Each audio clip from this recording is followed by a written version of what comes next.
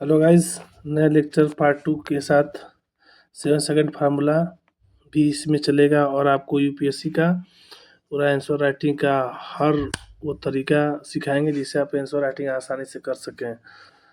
इसमें पिछली बार मैंने आपको बताया था कि फर्स्ट 7 सेकंड के अंतर्गत पहला फर्स्ट स्टेप 2 सेकंड का डायरेक्टिव प्लस थीम पकड़ो। सबसे पहले 2 सेकंड में सवाल का इरादा, डायरेक्टिव इरादा क्या सवाल का और विषय समझो, ठीक है ना।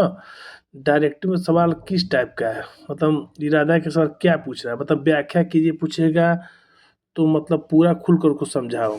आकलन कीजिए मतलब पक्ष लिखना, विपक्ष और अंत में निर्णय लिखना। आकलन में याद रखिएगा पक्ष प्लस विपक्ष और अंत में निर्णय, लेकिन चर्चा कीजिए उसके पहलू, उसकी बातों को चर्चा करिए। फिर तर्क दीजिए, फिर विरोध तर्क दीजिए। विश्लेषण कीजिए मतलब कारण प्लस उसका इम्पैक्ट, क्या प्रभाव पड़ रहा है। टिप्पणी कीजिए, टिप्पणी मतलब अपना नज़रिया, जो बच्चे हम लोग बचपन से पढ़ते आते हैं टिप्पणी करने का, अपना नज़रिया भी दो। और समीक्षा अगर कीजिए तो ज़्यादातर मतलब 90% उसकी आलोचनात्मक मूल्यांकन करना है। दो शब्द दो शब्द पकड़ लो, क्या करना है किस विषय पर। इसका मतलब आधा पेपर हो गया है। मतलब आलोचना करना है, विश्लेषण करना है, कि चर्चा करना है, कि आकलन करना है और किस विषय पर। ये अगर आपने सीख लिया तो 50% आपका यूपीएससी का आंसर राइटिंग करना बहुत ही आसान हो जाएगा। ठीक है। अब स्टेप 2 में 2 सेकंड में एक लाइन की एंट्री बनाओ। पर फर्स्ट 2 सेकंड तो आपने ये सब सोच लिया कि इसका डायरेक्टिव क्या है, मतलब और क्या पूछ रहा है। अब 2 सेकंड में फर्स्ट लाइन में आप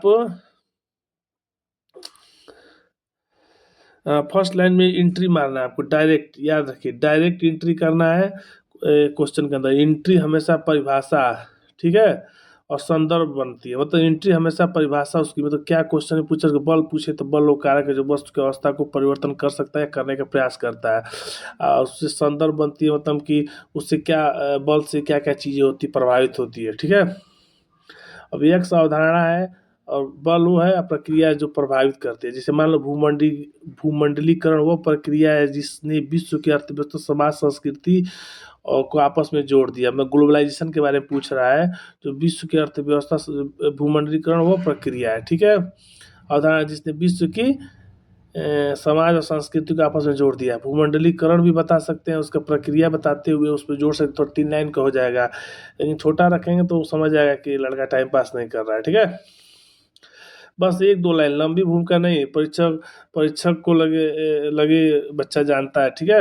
अब 1 सेकंड में बॉडी का ढांचा तैयार करो। उत्तर की हड्डी यही बनती है। 2 में से 1 फ्रेम चुनो। जैसे मान लो 2 हम 2 आपको बता रहे हैं, उसमें से 1 फ्रेम आपको चुनना है। फ्रेम में काज, इफेक्ट और एग्जाम्पल।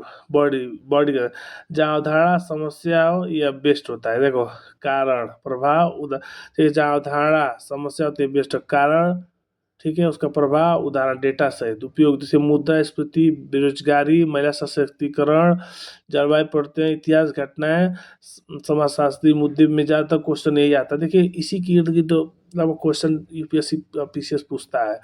तो उसमें मान चलिए कारण प्रभाव और डेटा अपने दिमाग में रखिए। जैसे 5 आगे अभी आंसर राइटिंग जब आप कराएंगे तो 5-7 बातें को ध्यान रखेंगे जिससे आप तुरंत चीज़ों को पकड़ लेंगे। ऐसे ही आप चिंता मत करिए। ऐसी इंग्लिश को भी हम आपको अलग से, मेरा एक स्ट्रॉन्ग टॉपिक है इंग्लिश सिखाते हैं बच्चों को, तो उसमें हम आपको कैसे अवधारणा, कैसे कॉन्सेप्ट पकड़ाएंगे। आप शुरू के 2-4-10 दिन पढ़ाएंगे, उसके बाद आपको जरूरत ही नहीं पड़ेगी इंग्लिश पढ़ने, और इंग्लिश में खुद ही मास्टर हो जाएंगे। फ्रेम 2 डायमेंशन देखो, 4-5 पहलुओं में तोड़ लो। सामाजिक, राजनीतिक, आर्थिक, सांस्कृतिक, प्रशासनिक, यही सब ज़्यादातर यही क्वेश्चन में रहेगा।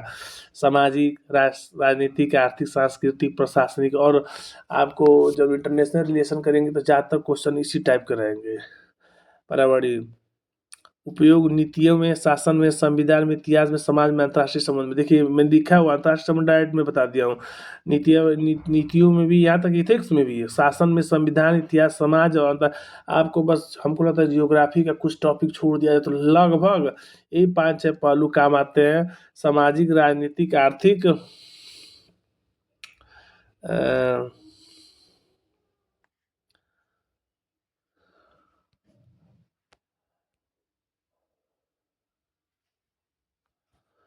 ठीक है।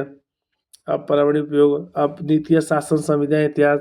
अब सेकंड में सोचो, प्रश्न का एक सेकंड में सोचो, ये प्रश्न कारण परिणाम चाहता है विभिन्न पहलुओं को, बस ढांचा तैयार, पॉइंट अपने आप आने लगेगा। ठीक है, तो ढांचा तैयार करो, पॉइंट अपने आप तुम लोग आने लगेगा। कुछ पूछेगा शासन शासन कैसे चलता है, उसमें क्या होता था, फिर पूछेगा उसका उसका सामाजिक व्यवस्था क्या थी, तुरंत 2-3 पॉइंट आगे लिख देंगे। राजनीतिक परिवेश, उस समय लड़ाई होती थी एक दूसरे के, संविधान अपना वो क्या बोलते हैं कि साम्राज्य को फैलाना चाहते थे। आर्थिक में आर्थिक नीतियों के तहत तो अपने व्यापार करते थे। सांस्कृतिक कल्चर पर आदिवासी जो भी होते हैं चीज़ों को खत्म नहीं करना चाहते थे, तो अपने आप प्रशासनिक में भी आ जाएगा। पर्यावरणीय जाने, ये सब चीज़ों को इम्पेक्ट होता, इम्पेक्ट पड़ेगा तो पर्यावरण पर भी प्रभाव पड़ेगा। ये सब चीज़ जानने की चीज़ है। 2 सेकंड में कंक्लूजन टेम्पलेट, निष्कर्ष हमेशा छोटा, पॉजिटिव, संतुलित होना चाहिए। टेम्पलेट दो दो दो कंक्लूजन टेम्पलेट बता दे रहा हूँ। निष्कर्ष हमेशा छोटा, पॉजिटिव, संतुलित। देखो लोग का निष्कर्ष में क्या है, निष्कर्ष हमेशा छोटा रखिए, पॉजिटिव रखिए। जो भी क्वेश्चन पूछता है उसकी पॉजिटिव क्या, उसके अंदर पॉजिटिव चीज़ें हैं उसको लिखिए, और उसको संतुलित होना चाहिए। जैसे समग्र, यह विषय भारतीय लोकतांत्रिक बहुत्ववादी संवैधानिक परंपरा को मजबूत करता है। ठीक है, पॉजिटिव सेंस है।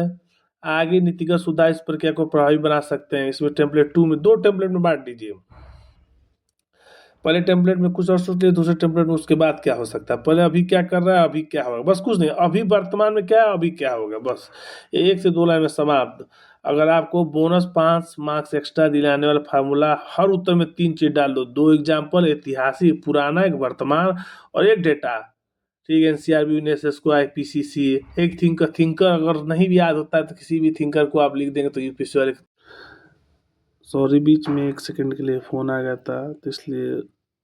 ठीक है, परीक्षा तत्काल समझ जाएगी यूपीएससी लेवल का उत्तर है। अंतिम सार बता दे रहा हूँ, 2 सेकंड में सवाल का टाइप पहचानो, किस तरह का क्वेश्चन पूछ रहा है, क्या पूछ रहा है, चर्चा कीजिए कि टिप्पणी कीजिए कि क्या करने हैं, और क्या उसका उसमें मेन थीम क्या है। बस 1 लाइन में भूमिका, डायरेक्ट एंट्री मारिए भूमिका। कुछ बॉडी फ्रेम चुनिए, बॉडी फ्रेम चुनिए मतलब बॉडी में फ्रेम, उसको काज, कारण और उसका इम्पैक्ट और उदाहरण। काज, कारण, इम्पैक्ट, उदाहरण।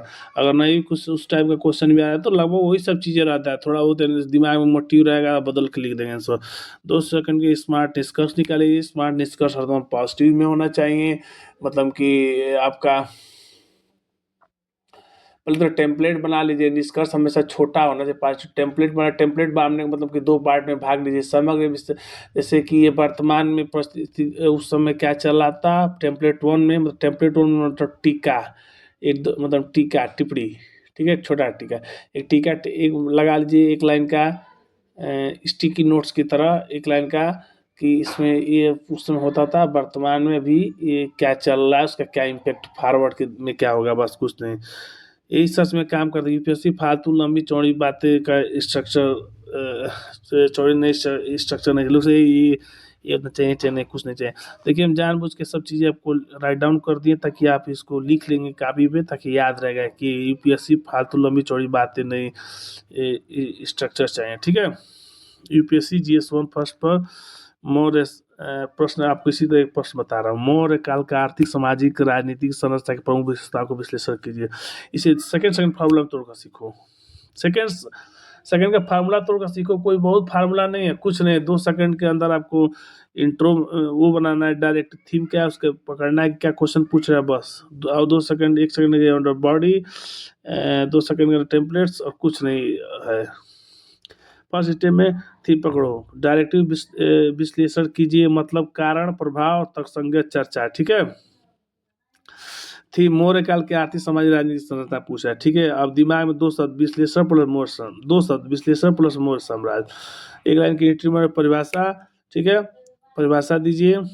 मौर्य काल का प्रशासनिक राजनीतिक युग था, जिसमें उपमहाद्वीप में पहली बार व्यापक केंद्रीय शासन संगठित अर्थव्यवस्था व्यवस्था के रूप में रूपांतरित किया। ठीक है, बस 2 लाइन, साफ और सीधा। बॉडी का ढांचा तैयार करो। पहला फ्रेम, डायमेंशन, राजनीतिक, आर्थिक। ठीक है, अब क्वेश्चन को तोड़ देखिए कितने फ्रेम डायमेंशन, इसमें 3 डायमेंशन हमको लग रहा है। पहला डायमेंशन में 3-4 पॉइंट छोटे हैं। डायमेंशन में पहले में क्या, राजनीतिक संरचना, राजनीतिक संरचना के बारे में लिख देना चाहिए। राजा, सर्वोच्च परिषद का अमात्य, सुदर्शन, नौकरशाही, महामात्य, प्रदेशी नगराध्यक्ष, जासूसी तंत्र, गुप्तचर। ये देखो, ये तो मैं ज़्यादा लिख दिया हूँ आपको, इस पर आप नैतिक संहिता, अहिंसा, लोकहितवाद, प्रशासन डाल के भी आप क्वेश्चन को चाहे तो आंसर राइट डाउन कर सकते हैं। इसको मिला के मर्ज कर सके या एक दो पॉइंट ऐड करके आप सब चीज़ लिख सकते हैं।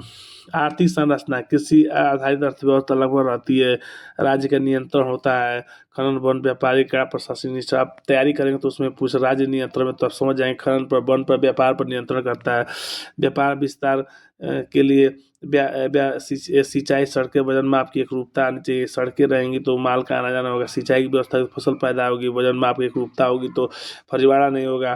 कर व्यवस्था, समानता राज्य। अब ये देखिए, आपको एक दो पॉइंट तो याद करना पड़ेगा, उसके लिए मैं अलग से भी क्लासे लूँगा कैसे पॉइंट को याद करते हैं ताकि भूले नहीं, ठीक है। सामाजिक संरचना, वर्ण व्यवस्था स्थिर थी। वर्ण आप मौर्य काल पढ़ेंगे तो कुछ सोचेंगे नहीं यार समाज व्यवस्था स्थिर थी। आप अपने मन से वर्ण व्यवस्था में जातियों में नहीं बैठा था, तो तुरंत वर्ण व्यवस्था स्थिर थी। धर्म का प्रभाव था, बुद्ध उस समय मेन थे, अशोक का धर्म था, सब जान ही रहे, नागरिक जीवन, ठीक है। स्त्रियों की सीमित अधिकार तो शुरू से रहा, बाद में अशोक के शिलालेख में स्त्री सुरक्षा और दास प्रथा के संकेत उदाहरण के रूप में लिख दिए। अब चौथे सब का जनता का मौर्य काल भारतीय इतिहास का चरण था जिसने प्रशासन, अर्थव्यवस्था, समाज संगठित रूप दिया और भविष्यवादी राष्ट्रों की नींव रखी थी। आपका कभी भी कंक्लूजन फॉरवर्ड डायरेक्शन में होगा तो आपका नंबर नहीं कटेगा। फॉरवर्ड डायरेक्शन के लिए कुछ सोचना ही नहीं है, 2-4 दिन आप पढ़ेंगे, आंसर राइटिंग करेंगे, आपको फॉरवर्ड डायरेक्शन में बातें करना है, फॉरवर्ड डायरेक्शन में क्या हो सकता है वो लिखना डायरेक्ट, और 2-4-5-10 क्वेश्चन लिखेंगे तो इंट्रो में कैसे डायरेक्ट एंट्री मार के 1-2 लाइन में निपटाते हैं, बॉडी कंक्लूजन कैसे करते हैं, सब चीज़ समझ में आ जाएगा। बस आप घबराइए मत, अभी लगेगा आपको कठिन लगेगा, मैं इतना क्वेश्चन आंसर राइटिंग आप करा दूंगा कि आप यूपीएससी के आंसर राइटिंग के मास्टर बन जाएंगे। आपका नंबर एकदम नहीं कम होगा। अब 5 मार्क्स एक्स्ट्रा दोहरा के मेगास्थनीज के बारे में लिख दीजिए, अशोक का शिलालेख के बारे में लीजिए कि अशोक का शिलालेख में प्रथम में ये पाया गया